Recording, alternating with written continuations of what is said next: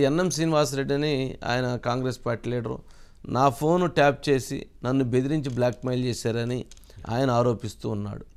మరోవైపు ఎవరైతే రఘునందన్ రావు అసలు ఈ మొత్తం రెండో బాధితుడిని నేనేను, మొదటి బాధితుడి రేవంత్ రెడ్డి, రెండో బాధితుడిని నేనేను అని చెప్పి ఆయన డైరెక్ట్గా చెప్పేశారు. ఈరోజు కిషన్ రెడ్డి గారు ప్రెస్ కాన్ఫరెన్స్ పెట్టి ఈ ట్యాపింగ్ వివాదం అంతా కరెక్టే, మరి దీని మీద ప్రభుత్వం సరైన చర్యలు తీసుకోవాలని చెప్పి ఆయన చెప్తున్నారు. అయితే దీని మీద అంటే ఇన్వెస్టిగేషన్కి ఆదేశించాలి, అంటే ఆ స్థాయిలో దీంట్లో నేరం జరిగింది అనుకున్నప్పుడు.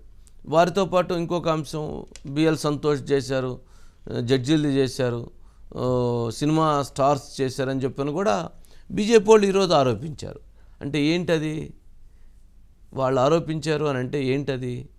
ఎక్కడో అంటే కాంగ్రెస్ పార్టీ చేసిన దాన్ని చేస్తున్న దర్యాప్తుని ఇంకా సక్రమంగా చేయాలి, ఇంకా చాలామంది ఫోన్లు ట్యాప్ అని అవి కూడా చేయాలని చెప్పని బీజేపీ మాట్లాడుతుంది. అంటే బీఆర్ఎస్ ఆ స్థాయిలో చర్యలు తీసుకున్నట్టుగా ఆ స్థాయిలో వ్యవహరించినట్లయినటువంటి అనుమానాలకు బలం చేకూరుతుంది. మరి రఘునందన్ రావు గారు ఆ మాట మాట్లాడారు. కేటీఆర్ గారు అయితే అసలు ఏం పిక్కుంటారో పిక్కోండి అని చెప్పని ఆయన మాట్లాడాడు. ఏం పిక్కోవాలనేది ప్రభుత్వం మరి వాళ్ళు చూసుకోవాలి, ఏం పిక్కుంటారనేది. ఒకసారి ఆ బైట్స్ ఉన్నాయి, ప్లే చేయండి. Bytes please. ఫోన్ ట్యాపింగ్ అవుతుంది అంటాడు. యాడైతుందిరా భయ్, ఏమైతుంది బయట పెట్టంటే మనకు చెప్పాడు. యూట్యూబ్లకు లింకులు ఇస్తారు, యూట్యూబ్లకు మీడియాలకు లింకులు ఇచ్చి వీళ్ళ ఫోన్ ట్యాప్ అయింది, వాళ్ళ ఫోన్ ట్యాప్ అయింది, ఇదైపోయింది అదైపోయింది. చెయ్యి, నీ చేతులు ఉంది కదా అధికారం, ఏం చేస్తావు వచ్చేయి అద్దంటారు. ఎవరన్నా ఏమన్నా తప్పు జరిగితే విచారణ చేయి, మేము అద్దంటలేం కదా. ఎక్కడెక్కడ తప్పులు జరిగినావో ఎవరు తప్పులు చేసినరో వాళ్ళ మీద చర్య తీసుకో. భయపడతాం, ఎవడు కూడా ఇక్కడ భయపడ్డాడు ఎవడు లేనే లేడు. నువ్వు ఎంటిగా కూడా వీకలేవు అనే మాట కూడా నేను విజ్ఞప్తి చేస్తా ఉన్నా.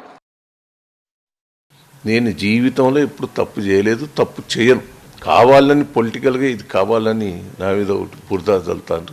ఆయన బంధువులు, ఆయన ఎవరో నాకు తెలియదు. పనిత్రావు కూడా వాస్తవంగా చెప్తుంది. ఆయనతో నాకు సంబంధాలు లేవు, ఆయన ఇంతవరకు చూడడం కూడా చూడలేదు. మీరు నమ్ముతారో నమ్మరు. వాళ్ళ మదర్ ఎరికే కానీ వీళ్ళ గురించి మాకు తెలియదు. నాకు ఇండైరెక్ట్గా వీళ్ళు చెప్పిన నేను రానని చెప్తాను. ఏ పార్టీలో పోను, ఈ పార్టీలో ఉంటాను, ఈ పార్టీలో కొనసాగిస్తాను.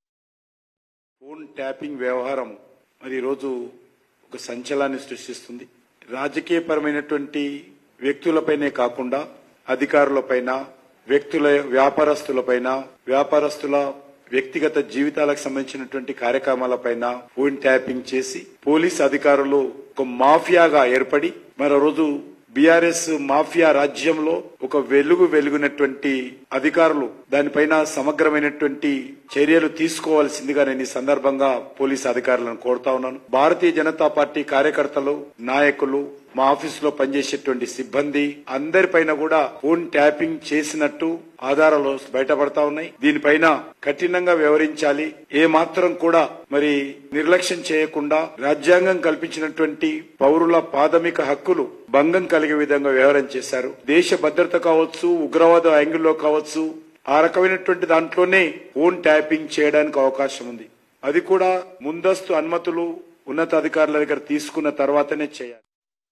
ఎప్పుడైతే నేను మహబూబ్ నగర్ గడ్డ మీద ఎలక్షన్ కోసం కాంగ్రెస్ పార్టీ అభ్యర్థిగా నేను అడుగుపెట్టినో ఆ రోజు నుంచే ట్యాప్ అయిందని అనుమానం నాకు వచ్చింది. నా ఒక్కంది కాదు, 5 ఏళ్లుగా వీళ్ళ ఫోన్లు ట్యాపింగ్లో ఉన్నాయి. ఇది నా ఒక్కని కోసం పోరాటం లేదు, నాకేదో ఇబ్బంది అని చేస్తలేను. కానీ ఇటువంటి దుర్మార్గమైన వ్యవస్థ భవిష్యత్తులో ఉండకూడదు.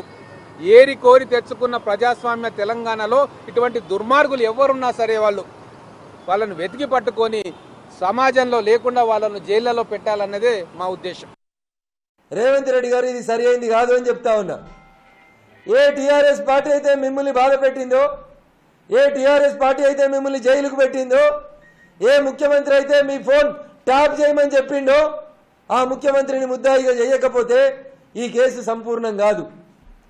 నాడు ఓటుకు నోటు కేసులో మీ ఫోన్ నిన్న నాటి నుంచి మొదలుకొంటే నిన్న ఐ న్యూస్ కాంపౌండ్లో ఐ న్యూస్ అనే టీవీ ఛానల్లో ఆ పరికరాలను ఫిక్స్ చేసి మీ ఇంటి మీద నుంచి మీ ఇంటి నుంచి వచ్చేటువంటి ఫోన్లని మానిటర్ చేసిన రోజు ఈ రాష్ట్ర డీజీపీలు ఎవరు చెప్తే పనిచేసినారు? ఎవరు? ప్రణీత్ రావుగా ఇన్స్ట్రుమెంట్స్ ఎవరిచ్చిండ్రు? ఇంటెలిజెన్స్ చీఫ్ ఎవరు? ఎస్ఐబి చీఫ్ ఎవరు?